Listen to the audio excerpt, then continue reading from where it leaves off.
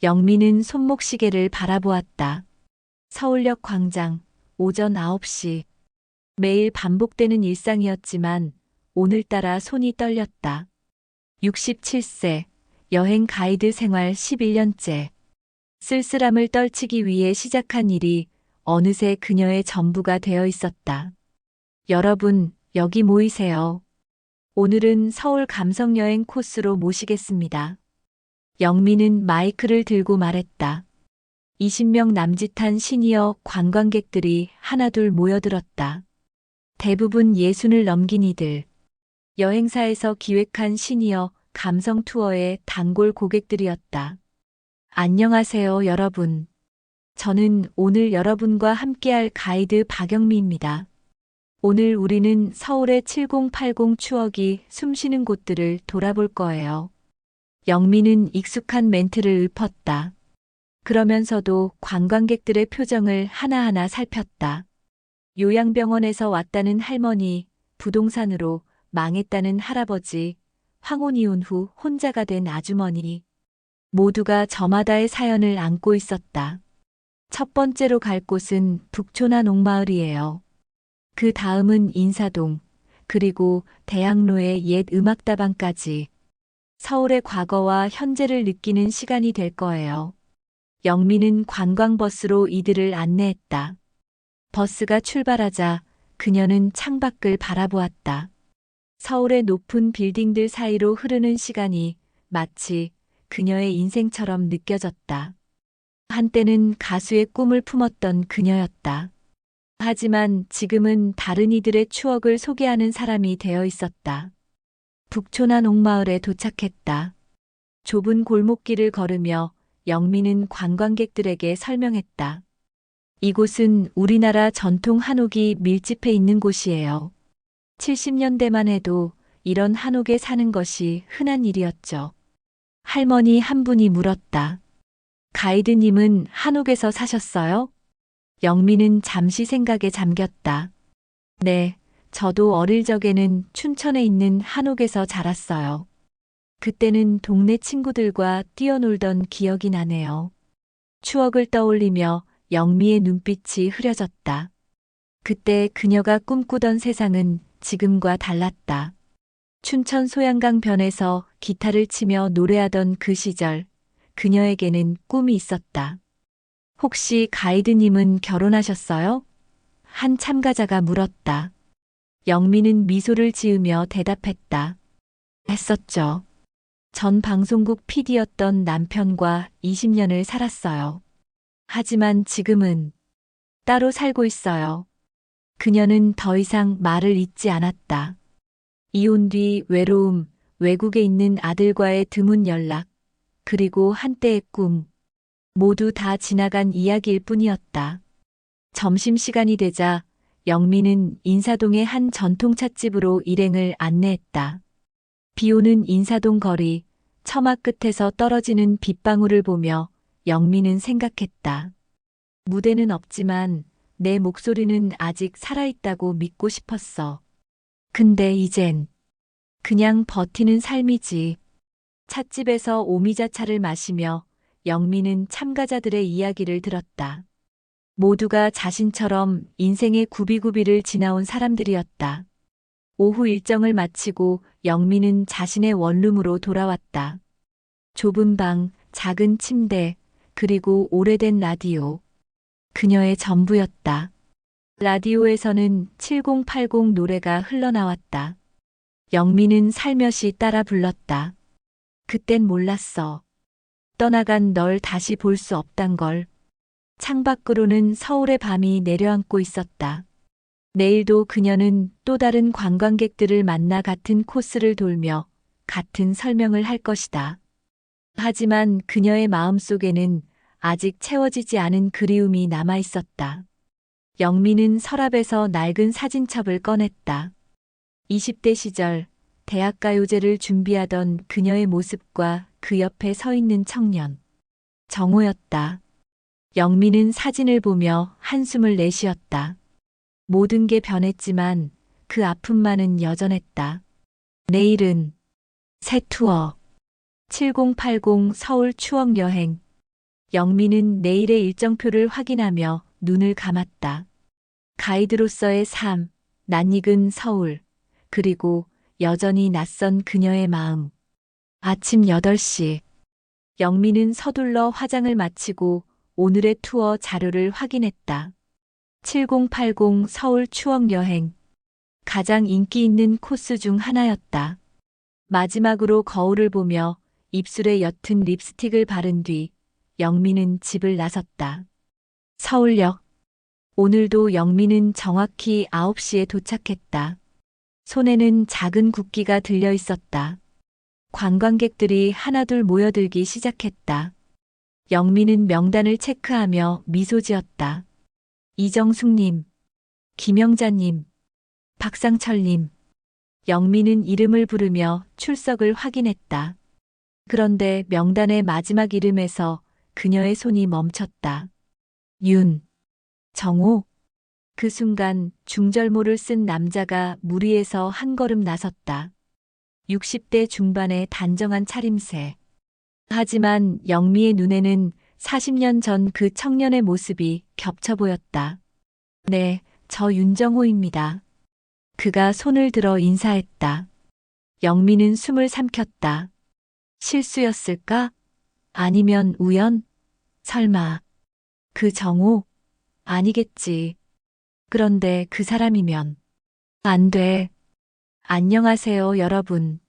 저는 오늘 여러분과 함께할 가이드 박영미입니다. 영미는 떨리는 목소리를 감추며 평소처럼 인사했다. 버스에 오르는 동안 영미는 정호를 힐끔힐끔 바라보았다. 그는 평온한 표정으로 창밖을 바라보고 있었다. 영미는 평소보다 더 빠르게 말했다. 오늘은 서울의 7080 추억을 느껴볼 거예요. 첫 번째로 북촌한 옥마을로 가겠습니다. 버스가 출발하자 영미는 마이크를 잡고 서울의 변천사에 대해 설명하기 시작했다. 하지만 그녀의 머릿속은 복잡했다. 1982년 춘천 소양강변. 대학가요제를 준비하던 영미와 정호. 그리고 갑작스러운 정호의 사라짐. 혹시 춘천 영미 맞죠?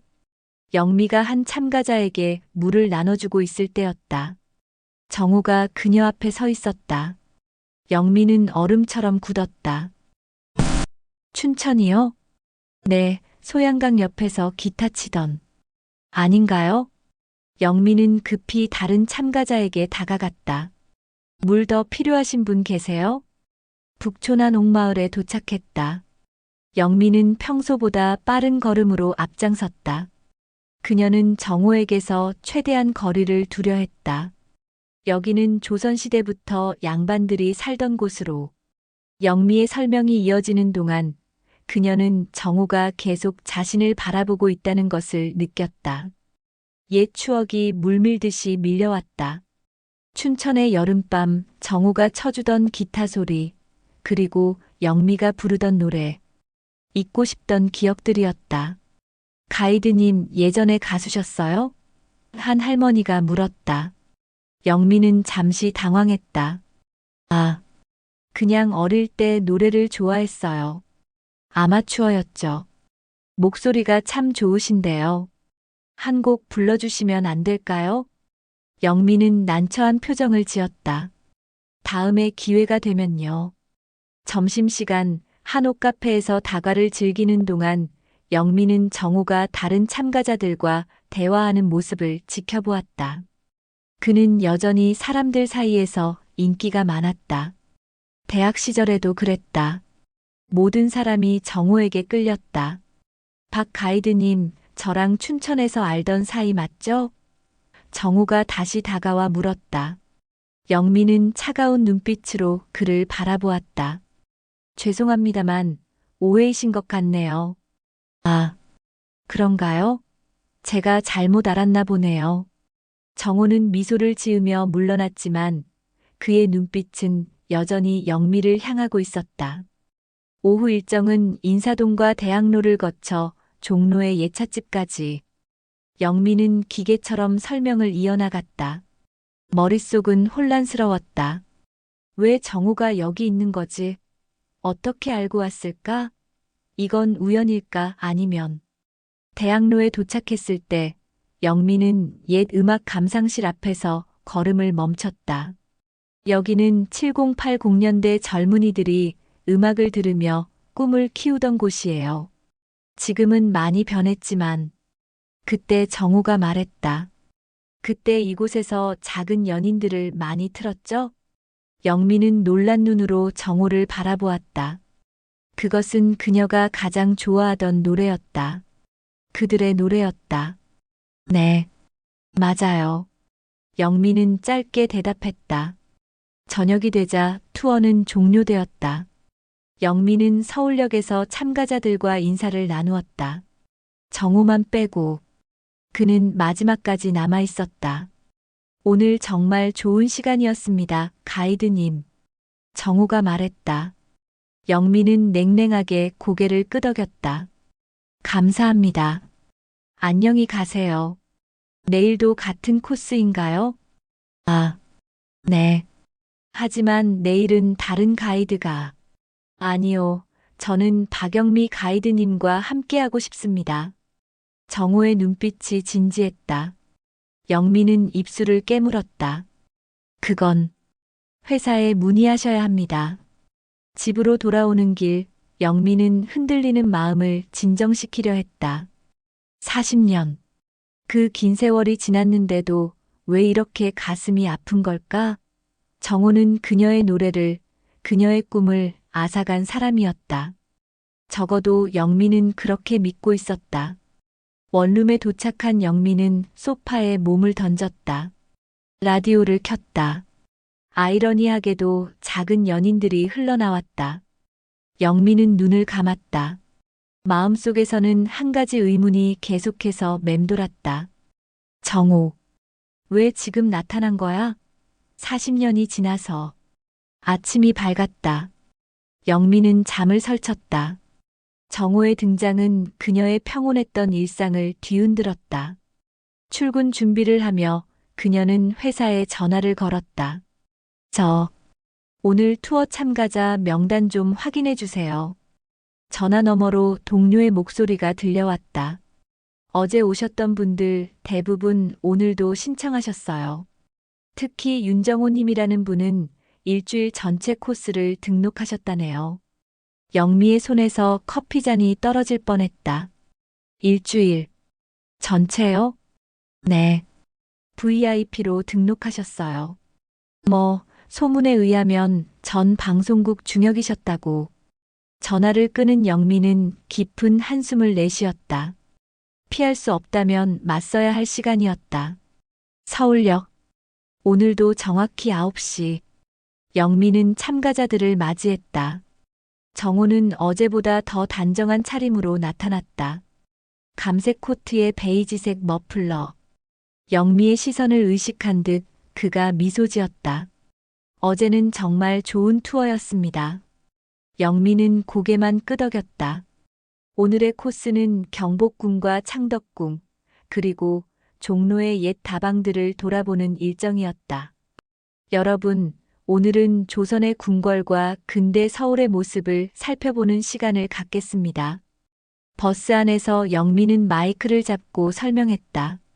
경복궁에 대한 역사, 창덕궁의 아름다움. 그녀는 최대한 프로페셔널하게 행동하려 했다. 하지만 정호의 존재는 그녀를 계속해서 불안하게 만들었다. 경복궁에 도착했다. 영미는 관광객들을 이끌고 궁 안으로 들어갔다. 봄바람이 살랑거리는 궁궐 안뜰에서 영미는 조선 왕실의 역사를 설명했다. 이곳은 경회로라고 합니다. 조선 왕실의 연회장으로 사용되었던 곳이죠. 정호가 물었다. 가이드님, 혹시 경복궁에서 열렸던 84년 대학가요제 기억나세요? 영미의 얼굴이 굳었다. 그것은 그들이 함께 준비했던 대회였다. 하지만 정호는 그 대회에 나가지 않았다.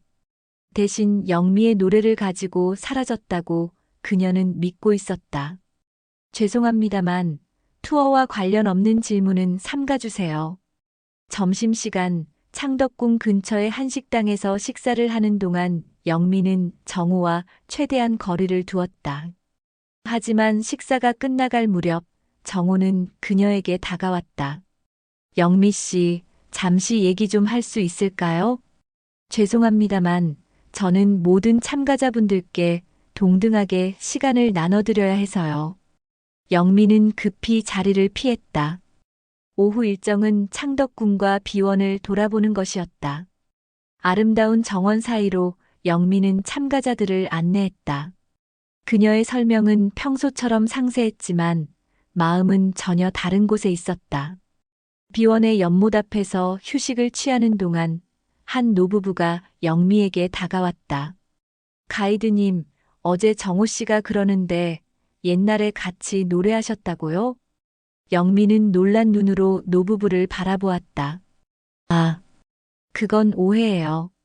저는 그분을 잘 모릅니다. 그때 비원의 돌계단에서 한 할머니가 발을 헛디뎠다. 비명 소리와 함께 할머니가 넘어졌다.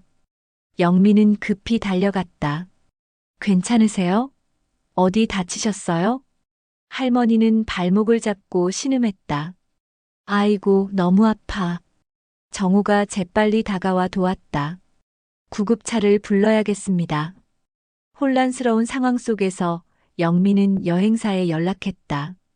구급차가 도착했고 정우는 자원에서 할머니와 함께 병원으로 가겠다고 했다. 제가 동행하겠습니다. 가이드님은 나머지 분들과 일정을 계속하세요. 영미는 난처한 표정을 지었다. 아니요, 제가 가야죠. 제 책임입니다. 결국 영미와 정우 두 사람 모두 할머니를 병원으로 데려갔고 나머지 참가자들은 다른 가이드의 인솔하에 투어를 계속했다. 병원 대기실. 영미와 정우는 나란히 앉아 있었다. 불편한 침묵이 흘렀다. 그때 말이야. 정우가 먼저 입을 열었다. 난 너한테 미안한 말도 못하고 떠났어. 사실은 내가 너 대신 누군가를 살려야 했거든. 영미는 차갑게 응수했다. 그 말 40년이 지나서 들으라고 지금 하는 거야? 정우는 깊은 한숨을 내쉬었다. 난 그때 네가 오해했을 거라는 걸 알았어. 하지만 설명할 여유가 없었어. 설명? 영미의 눈에 분노가 일었다. 내 노래를 가져가서 내 이름으로 데뷔한 거에 무슨 설명이 필요해? 정우는 놀란 눈으로 영미를 바라보았다. 뭐라고? 내가 내 노래로 데뷔했다고? 그런 적 없어. 영미는 비웃었다. 그래, 40년이 지났으니 거짓말도 통하겠지? 나 알아. 너 그 대회 나가서 우승했잖아. 소양강 변해서라는 노래로. 영미야, 그건 오해야. 난 그 대회에 나가지도 않았어. 거짓말 마. 영미의 목소리가 높아졌다. 내가 신문에서 봤어. 너 우승했다고. 정호는 고개를 저었다. 그건 내가 아니야. 같은 이름을 가진 다른 사람이었을 거야. 난 그때 미국으로 떠났어. 영미는 믿을 수 없다는 표정으로 정호를 바라보았다. 40년 동안 그녀는 정호가 자신의 노래를 훔쳐 성공했다고 믿고 있었다. 그것이 그녀가 노래를 포기한 이유였다. 그럼 왜 갑자기 사라진 거야? 한마디 말도 없이? 정호의 눈에 슬픔이 깃들었다. 사정이 있었어. 내 아버지가. 그때 의사가 대기실로 들어왔다. 환자분은 가벼운 염자입니다. 걱정하실 필요 없어요. 영미와 정호는 대화를 중단했다. 할머니를 다시 만나 상태를 확인한 후 두 사람은 택시로 할머니를 숙소까지 바래다 주었다. 해가 저물고 있었다. 영미와 정호는 병원 앞에 서 있었다. 오늘 남은 일정은 취소됐어요. 영미가 말했다. 내일 아침에 서울역에서 뵙겠습니다. 영미는 돌아서려 했지만 정호가 그녀의 팔을 잡았다. 영미야, 우리 제대로 얘기 좀 하자. 40년 동안의 오해야. 영미는 팔을 빼냈다. 더 이상 할 얘기 없어요. 그냥 예전처럼 낯선 사람으로 지내요. 그녀는 택시를 잡아탔다. 뒷좌석에 앉아 창밖을 바라보며 영미는 눈물을 참았다. 40년이 지났는데도 그 상처는 여전했다. 하지만 정호의 말이 사실이라면 그녀의 인생은 오해 위에 세워진 것일까? 원룸으로 돌아온 영미는 오래된 앨범을 꺼냈다. 거기에는 1982년 춘천 소양강 변에서 찍은 사진들이 있었다. 영미와 정호 기타를 치며 노래하던 그 시절. 그리고 신문 스크랩. 대학가요제 우승자 윤정호. 영미는 그 기사를 보며 다시 한번 의문이 들었다. 정말 오해였을까? 아침 6시, 영미는 잠에서 깼다. 밤새 뒤척였다. 정호의 말이 머릿속을 맴돌았다. 사실일까? 오해였을까? 영미는 서랍에서 옛 신문 스크랩을 다시 꺼내보았다. 대학가요제 우승자 윤정호. 사진 속 남자는 분명 정호와 닮아 있었다. 하지만 자세히 보니 미묘한 차이가 있었다. 영미는 혼란스러웠다. 출근길, 영미는 평소보다 일찍 집을 나섰다. 오늘도 7080 서울 추억여행이었다. 영미는 새로운 마음가짐이 필요했다. 프로페셔널하게, 감정에 휘둘리지 않고. 서울역에 도착하자 참가자들이 이미 모여 있었다. 정호도 그 중에 있었다. 그는 영미를 보자마자 다가왔다. 어제 할머니께 전화드렸어. 많이 좋아지셨대. 영미는 고개를 끄덕였다. 감사합니다. 신경 써주셔서. 오늘의 코스는 남산과 명동, 그리고 이화동 벽화마을을 돌아보는 일정이었다. 영미는 버스 안에서 일정을 설명했다. 그녀의 목소리는 평소보다 딱딱했다. 오늘은 서울의 중심지를 돌아보겠습니다. 남산에서 서울의 전경을 감상하고 명동에서 점심을 드신 후 오후에는 이화동 벽화마을을 방문할 예정입니다. 남산에 도착해 케이블카를 타고 올라가는 동안 영미는 정호가 자신을 지켜보고 있다는 것을 느꼈다. 남산타워 전망대에서 영미는 서울의 역사와 발전에 대해 설명했다. 여기서 보시면 서울의 변천사를 한눈에 볼 수 있어요. 저기 보이는 고층 빌딩들은 80년대 이후 생긴 것들이고. 정호가 질문했다. 가이드님, 혹시 소양강 다리도 보이나요? 몇몇 참가자들이 웃었지만 영미의 표정은 굳어졌다. 그녀는 질문을 무시하고 설명을 계속했다. 명동으로 이동하는 버스 안에서 한 참가자가 정호에게 물었다. 정호 씨는 어떤 일 하셨어요? 정호는 잠시 망설이다 대답했다. 방송국에서 일했어요. 제작 쪽으로요. 아, 그러면 가이드님이랑 비슷한 분야셨네요? 참가자가 눈을 반짝이며 말했다. 영미는 앞을 바라보며 못 들은 척했지만 귀는 그쪽으로 기울어 있었다. 정호는 차분히 대답했다. 네, 어쩌면 그럴지도 모르겠네요. 명동에 도착해 점심을 먹은 후 일행은 명동 성당을 둘러보았다. 고풍스러운 성당 안에서 영미는 성당의 역사와 건축적 특징에 대해 설명했다. 그녀의 목소리가 성당 안에 울려 퍼졌다. 이 성당은 1888년에 완공되었어요. 서울에서 가장 오래된 서양식 건물 중 하나죠. 설명을 마친 후 자유 시간이 주어졌다. 영미는 성당 뒤편 조용한 공간에서 휴식을 취하고 있었다. 그때 정호가 다가왔다. 어제 우리 대화 계속할 수 있을까? 영미는 한숨을 내쉬었다. 할 얘기 없어요. 우린 이제 남이에요. 영미야, 넌 아직도 내가 내 노래를 훔쳤다고 생각하지? 하지만 그건 사실이 아니야. 영미는 차갑게 대꾸했다. 그럼 왜 갑자기 사라진 거야? 하루아침에 아무 말도 없이. 정호의 눈에 슬픔이 깃들었다. 그때 말이야. 난 너한테 미안한 말도 못하고 떠났어. 사실은 내가 너 대신 누군가를 살려야 했거든. 무슨 소리야? 정호는 조용히 대답했다. 너의 아버지 말이야. 그분이 나한테 찾아오셨어. 영미의 눈이 커졌다. 우리 아버지가? 그래. 너희 아버지는 내가 너에게 좋지 않은 영향을 준다고 생각하셨어. 가수 물먹은 백수라고 하셨지. 영미는 믿을 수 없다는 표정이었다. 그녀의 아버지는 엄격했지만 그렇게까지 했을까? 정호는 계속했다. 너희 아버지는 나한테 돈봉투를 주면서 너의 인생에서 사라지라고 하셨어. 내가 가수의 꿈을 접고 대학에 전념하길 바라셨지. 영미는 충격에 휩싸였다. 그럼 그 돈을 받지 않았어. 정호가 단호하게 말했다.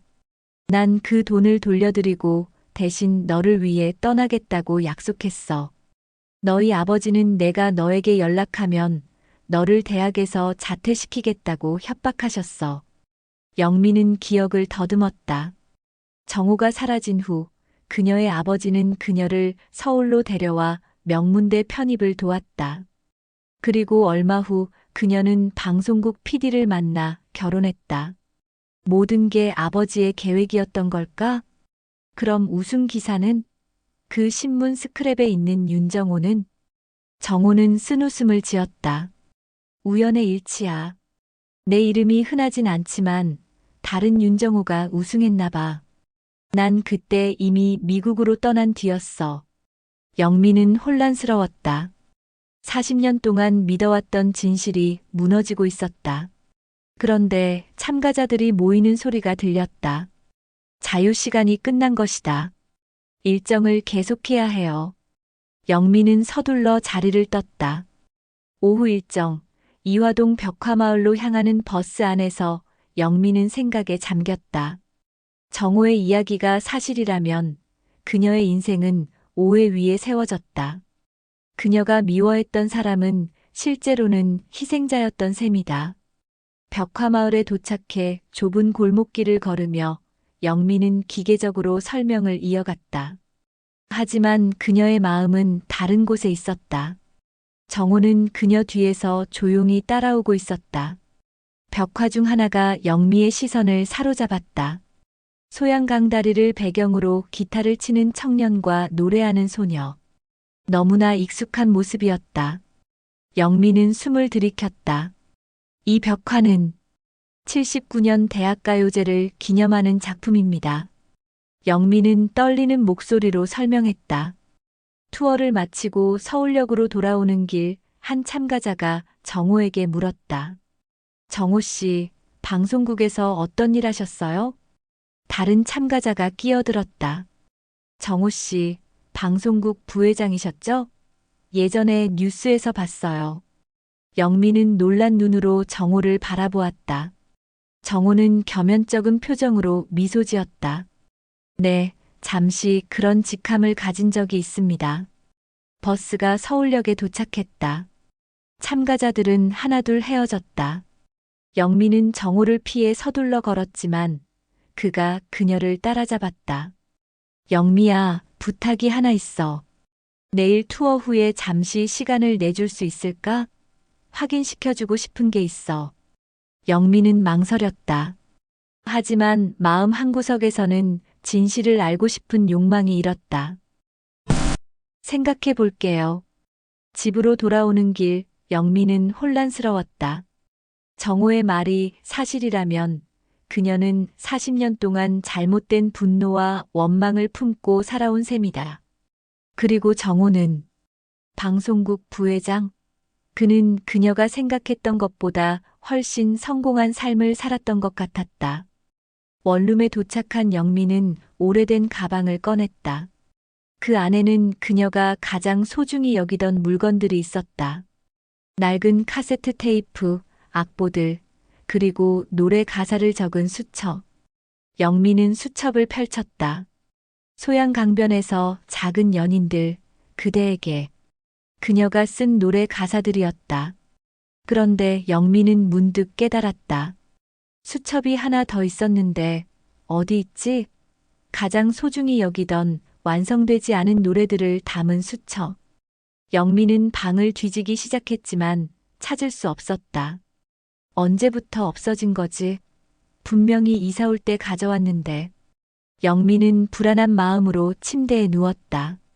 내일 정호를 만나면 무슨 얘기를 해야 할까? 40년의 오해를 어떻게 풀어야 할까? 그리고 그 수첩은 창밖으로 서울의 밤이 깊어갔다. 영미의 마음 또한 어둠 속으로 빠져들었다. 새벽 4시, 영미는 악몽에서 깨어났다. 꿈에서 그녀는 소양강 다리 위에 서 있었다. 노래 가사가 적힌 종이들이 바람에 날려 강물로 떨어졌다. 영미는 그것들을 잡으려 했지만 손에 닿지 않았다.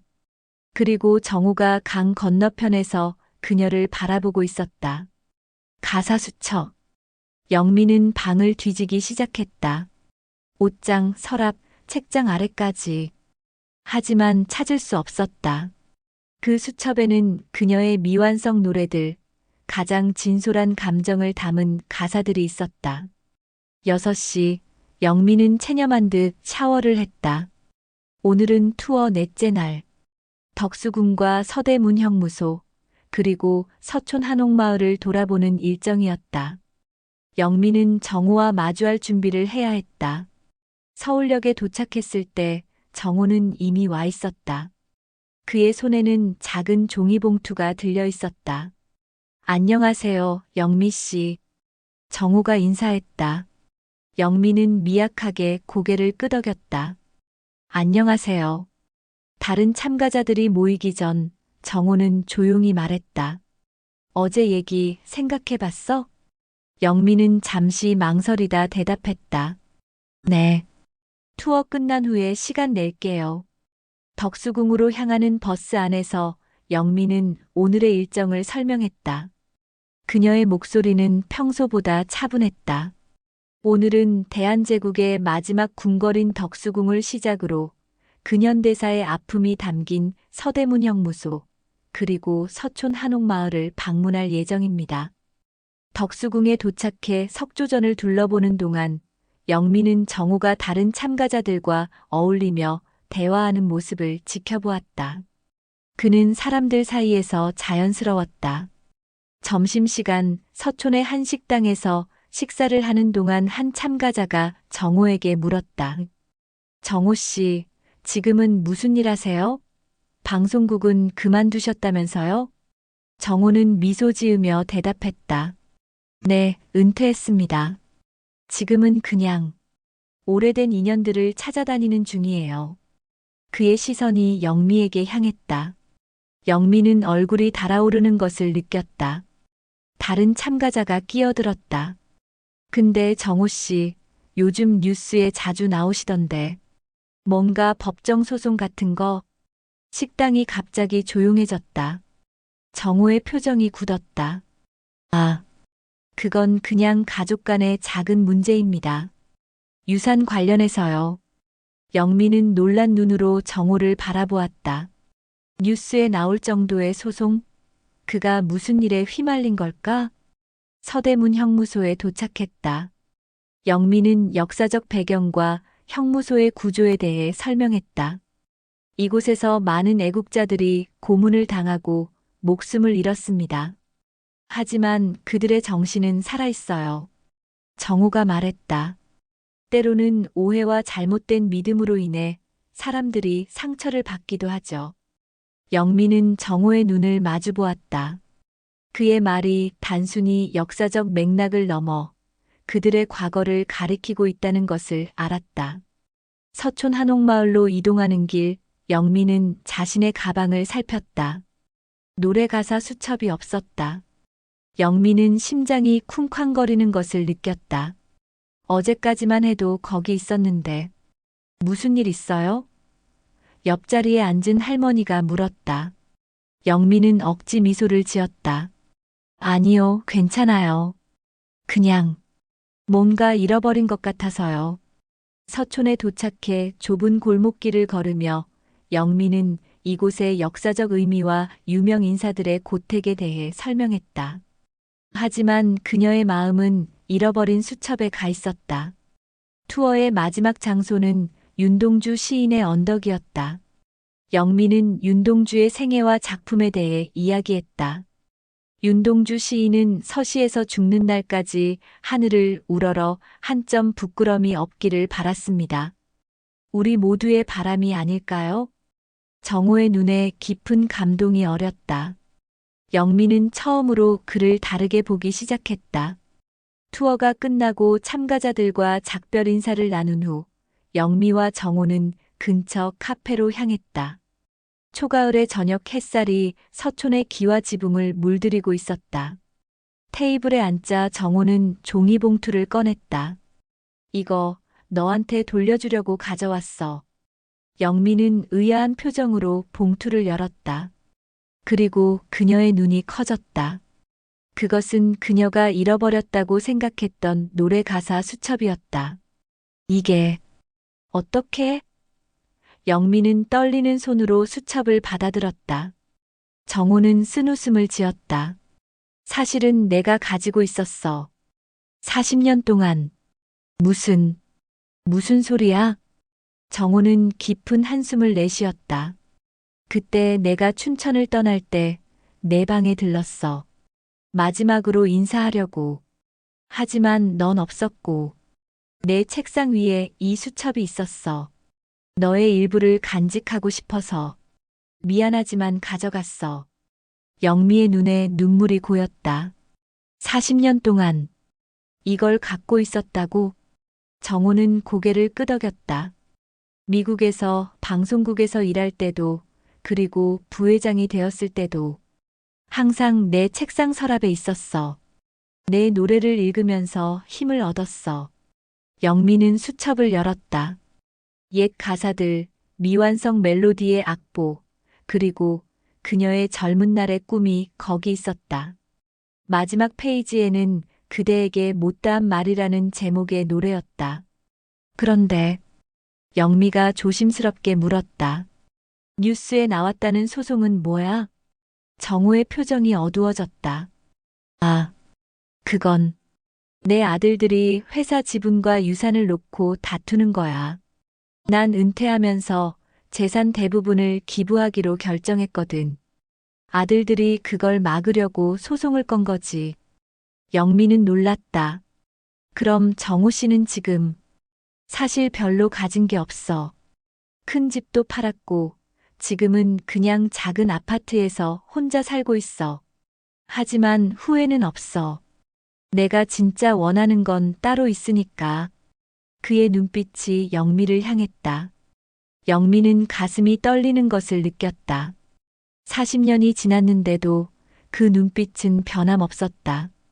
영미야. 정호가 그녀의 손을 잡으려 했지만 영미는 손을 빼며 수첩을 가방에 넣었다. 시간이 늦었네요. 내일도 일찍 투어가 있어서. 영미는 자리에서 일어났다. 정호 역시 일어났다. 그래, 이해해. 하지만 내일은 내가 준비한 것이 있어. 마지막 날인데 특별한 곳으로 가고 싶어. 영미는 의아한 표정으로 정호를 바라보았다. 특별한 곳이요? 응, 내일 알게 될 거야. 정호의 눈에 장난기가 어렸다. 옛날처럼. 집으로 돌아가는 길, 영미는 수첩을 꺼내 마지막 페이지를 다시 보았다. 그대에게 못다한 말, 오늘 밤 별빛 아래. 미완성된 가사. 40년 전 그녀의 마음이었다. 원룸에 도착한 영미는 라디오를 켰다. 그리고 수첩을 펼쳐놓았다. 펜을 들고 그녀는 잠시 망설였다. 그리고 천천히 가사를 이어쓰기 시작했다. 40년 만에 돌아온 그대, 내 맘은 아직. 아침 6시, 영미는 새로운 에너지로 눈을 떴다. 어젯밤 그녀는 오랜만에 노래 가사를 썼다. 미완성이었던 그대에게 못다한 말을 이어 쓴 것이다. 40년 만에 다시 붙잡은 꿈이었다. 연보라색 블라우스에 검은색 슬랙스를 입고 평소보다 조금 더 신경 써서 화장을 했다. 서울역 아침 9시 정각. 영미는 설렘으로 두근거리는 가슴을 진정시키려 했다. 정호는 흰색 셔츠에 베이지색 재킷을 입고 나타났다. 안녕하세요, 참가자 여러분. 오늘은 7080 서울 추억 여행의 마지막 날입니다. 이대 앞 거리와 신촌, 그리고 대학로를 방문할 예정입니다. 버스가 출발했다. 영미는 투어 내내 정호와 눈을 마주치며 미소를 주고받았다. 이대 앞 거리에서 영미는 7080년대 젊은이들의 문화에 대해 설명했다. 이곳은 젊음의 거리였어요. 학생들이 모여 기타를 치고 노래하던 곳이죠. 정호가 물었다. 그때 이대 앞에 하얀 기타 음악다방 있었죠? 영미는 놀란 표정으로 고개를 끄덕였다. 네, 맞아요. 거기서 산울림, 송창식 노래를 많이 틀었죠. 저도 거기 자주 갔었어요. 춘천에서 서울 올라오면 항상 들렀던 곳이에요. 점심시간 신촌의 오래된 중국집에서 식사를 하며 영미와 정호는 추억을 나눴다. 다른 참가자들도 자신들의 젊은 시절 이야기로 대화에 가세했다. 영미는 정호에게 물었다. 정호 씨는 미국에서 어떤 일 하셨어요? 정호는 겸손하게 대답했다. 처음엔 유학생으로 갔다가 작은 방송사에서 일하기 시작했어요. 나중에 한국에 돌아와서도 방송 일을 계속했고, 방송국 부회장까지 되셨다면서요? 대단하시네요. 그냥 운이 좋았을 뿐이에요. 영미 씨는 노래 안 하셨어요? 그 목소리로. 영미는 잠시 생각에 잠겼다. 결혼하고 아이 키우느라 잊고 살았어요. 가끔 노래방 가면 부르는 정도. 대화는 자연스럽게 흘렀다. 영미는 정호가 떠난 후의 삶에 대해 이야기했고, 정호도 자신의 이야기를 들려주었다. 오후 일정, 대학로로 향하는 버스 안에서 영미는 갑자기 가방을 뒤지기 시작했다. 무슨 일 있어요? 정호가 물었다. 영미의 얼굴이 창백해졌다. 수첩이, 노래 가사 수첩이 없어요. 그때 한 참가자가 입을 열었다. 혹시 이거 아닌가요? 이대 앞에서 떨어져 있길래. 파란색 수첩이었다. 영미는 안도의 표정으로 수첩을 받았다. 정말 감사합니다.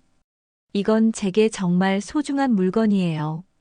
정호가 의미심장한 눈빛으로 영미를 바라보았다. 운명인가 봐. 그 수첩은 내 곁을 떠나지 않으려나 보네. 대학로에 도착해 영미는 7080년대 대학생들의 문화에 대해 설명했다. 이 거리에는 세시봉, 세시봉 같은 유명한 음악다방들이 있었어요. 정호가 갑자기 손을 들었다. 가이드님, 혹시 이 근처에 동방명주라는 다방 있었던 거 아세요? 영미는 눈을 동그랗게 떴다. 네, 있었어요. 어떻게 아셨죠? 거기서 한 번 본 적 있어요, 영미 씨를. 대학교 2학년 때 친구들과 서울 올라왔을 때. 영미는 얼굴이 붉어지는 것을 느꼈다. 그녀도 기억했다. 우연히 정호와 마주쳤던 순간. 투어의 공식 일정이 끝나고 참가자들은 하나둘 자리를 떠났다. 영미와 정호만 남았다. 이제 어디로 가고 싶다고 했죠? 영미가 물었다. 정호는 미소를 지었다. 따라와 봐. 그들은 대학로의 작은 골목길로 접어들었다. 오래된 건물들 사이로 좁은 계단이 나타났다. 계단을 올라가자 작은 문이 보였다. 문에는 동방명주라는 간판이 걸려 있었다. 여기가. 영미는 놀라움을 감추지 못했다. 다시 문을 열었어. 몇 년 전에 옛 주인이 다시 시작했대. 그들은 안으로 들어갔다. 빈티지한 인테리어, 낡은 LP판들, 그리고 옛날 음악다방의 정취가 그대로였다. 주인은 70대로 보이는 노신사였다. 어서 오세요. 준비 다 됐습니다. 무슨 준비요? 영미가 물었다. 정호는 영미의 손을 잡았다. 오랫동안 기다려온 순간이야. 그때 다방 안이 어두워지고 작은 무대에 조명이 켜졌다. 노신사가 마이크를 들었다. 오늘 특별한 손님이 오셨습니다. 40년 전 이 다방에서 노래하던 두 사람의 재회를 축하해 주세요. 정호는 품에서 작은 카세트 테이프를 꺼냈다. 이건 내가 20대 때 녹음한 테이프야. 내가 40년 동안 간직했어. 영미의 눈에 눈물이 고였다. 테이프가 재생되자 스피커에서 젊은 영미의 목소리가 흘러나왔다. 떨리는 음색 하지만 깊은 감성이 담긴 그녀의 노래였다. 난 늘 그 노래 들으며 살았어. 정호가 속삭였다. 아직도 너의 목소리는 살아있더라고. 영미는 손수건으로 눈물을 닦았다. 왜 이제 와서? 왜 이걸? 이제 와서야. 정호는 고개를 저었다. 이제라도 말하고 싶었어. 그때 너에게 못다한 말. 사랑한다고. 정호는 무대로 그녀를 이끌었다. 오늘만큼은 다시 노래해보지 않을래?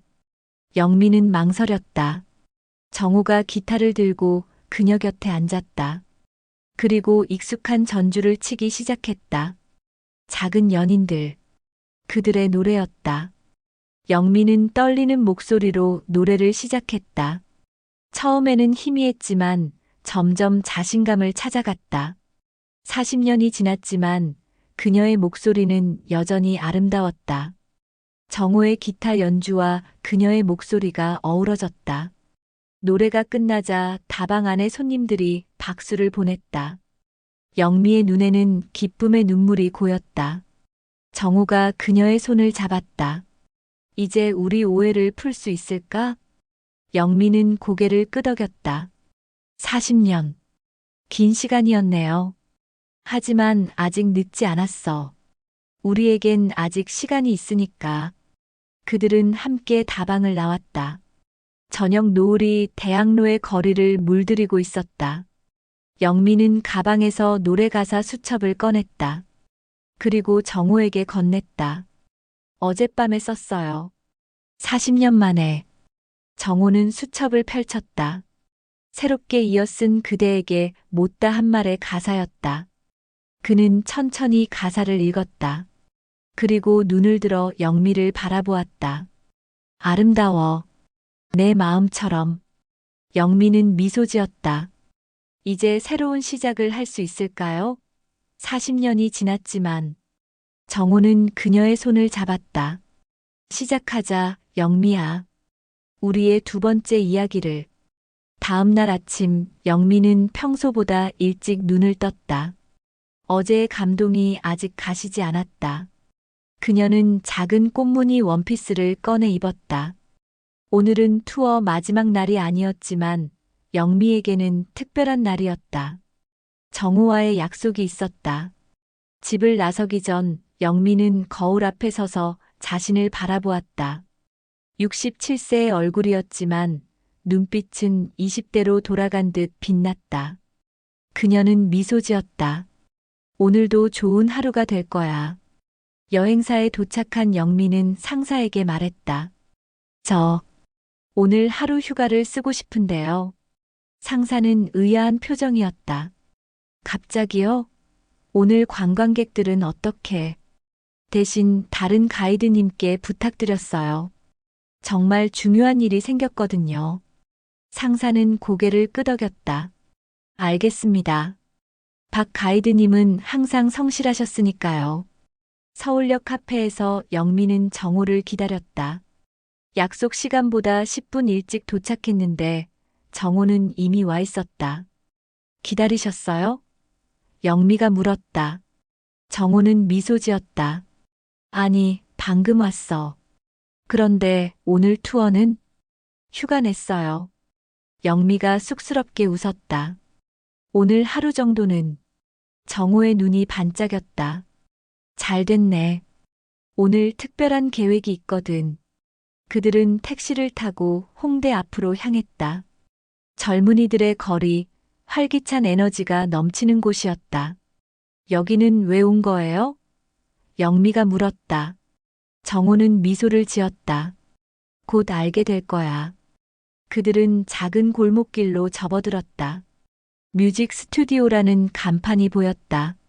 정호는 문을 열고 영미를 안내했다. 여기는 녹음실이야. 정호가 설명했다.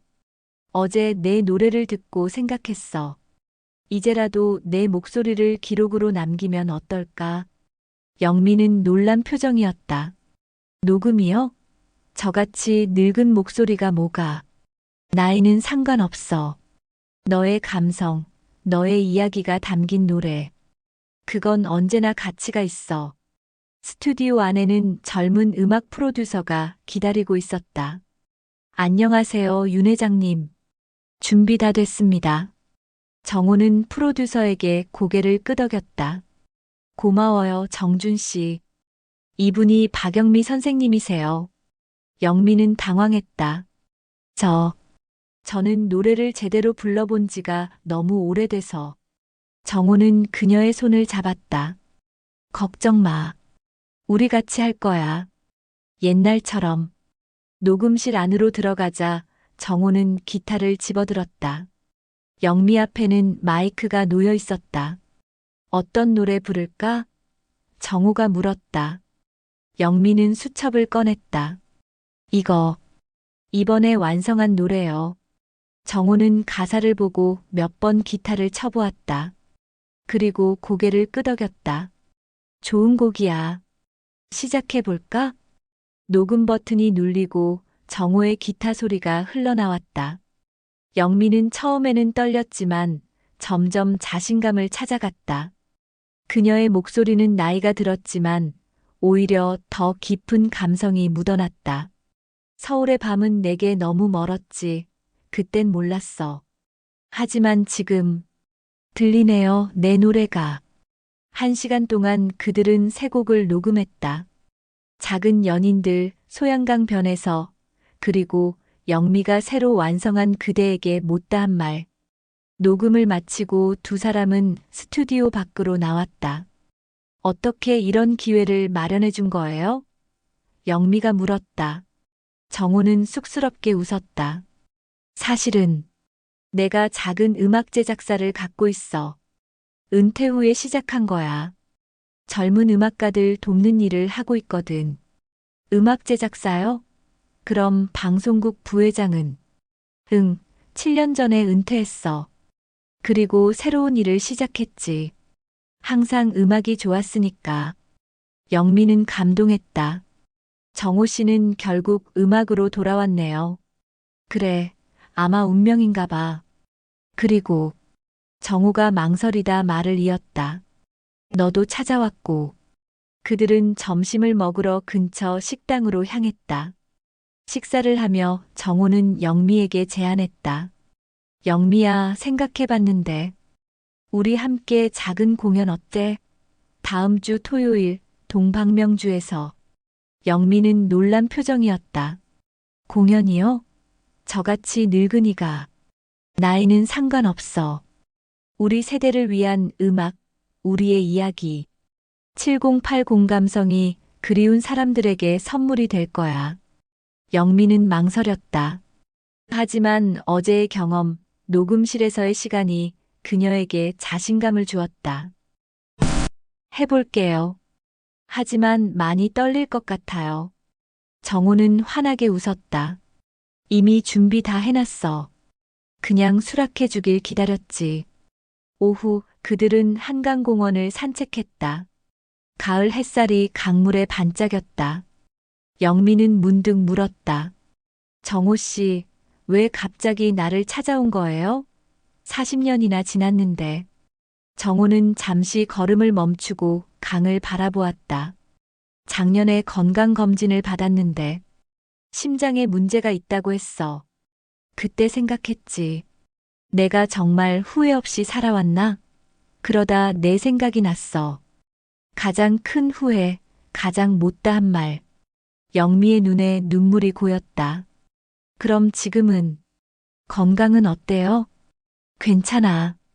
수술도 잘 됐고. 정우가 웃었다. 앞으로 20년은 더 살 수 있대. 그 시간 내가 함께 해줄래? 영미는 대답 대신 정우의 손을 꼭 잡았다. 일주일 후 토요일 저녁. 동방명주 음악다방은 사람들로 가득 찼다. 대부분 5, 60대의 중장년층이었다. 영미와 정우의 공연 소식을 듣고 모인 사람들이었다. 무대 뒤에서 영미는 긴장한 표정으로 거울을 보고 있었다. 오랜만에 무대에 서는 것이었다. 정우가 다가와 그녀의 어깨를 토닥였다. 떨려요? 정우가 물었다. 영미는 고개를 끄덕였다. 소녀처럼 가슴이 뛰어요. 그게 좋은 거야. 열정이 살아있다는 증거니까. 무대에 오르자 스포트라이트가 그들을 비췄다. 관객석에서는 낮은 함성이 들렸다. 영미는 마이크 앞에 섰다. 안녕하세요. 저는 박영미입니다. 40년 만에 다시 서는 무대네요. 관객들이 박수를 보냈다. 그리고 정우가 기타 연주를 시작했다. 영미의 목소리가 다방 안을 채웠다. 처음에는 떨렸지만 점점 안정을 찾아갔다.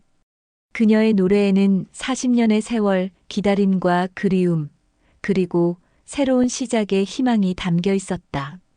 마지막 곡, 그대에게 못다 한 말을 부를 때 영미의 눈에서는 눈물이 흘렀다. 정우도 감동에 젖은 표정이었다. 노래가 끝나자 관객들은 기립박수를 보냈다.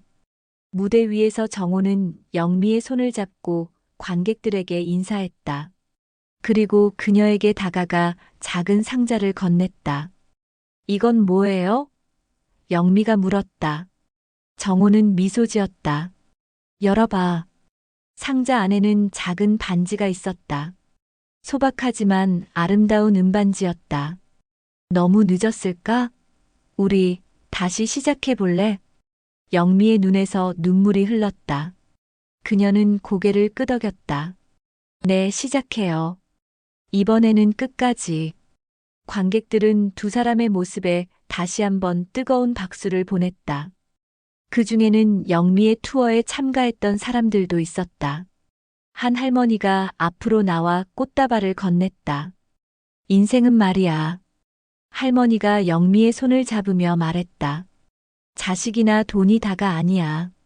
다시 설 수 있는 용기, 그게 있어야 살아있는 거지. 영미는 할머니를 포옹했다. 그리고 정우를 바라보았다.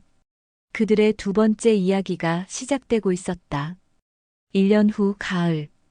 북촌한 옥마을 작은 마당이 있는 카페에서 영미는 10명 남짓한 사람들 앞에 서 있었다. 그녀의 머리는 예전보다 더 하얘졌지만 눈빛은 더 젊어진 듯했다. 오늘은 인생의 두 번째 봄이라는 주제로 이야기해 볼게요. 영미의 목소리에는 자신감이 넘쳤다. 그녀 옆에는 정우가 기타를 들고 앉아 있었다. 그들은 시니어 감성 모임을 운영하고 있었다.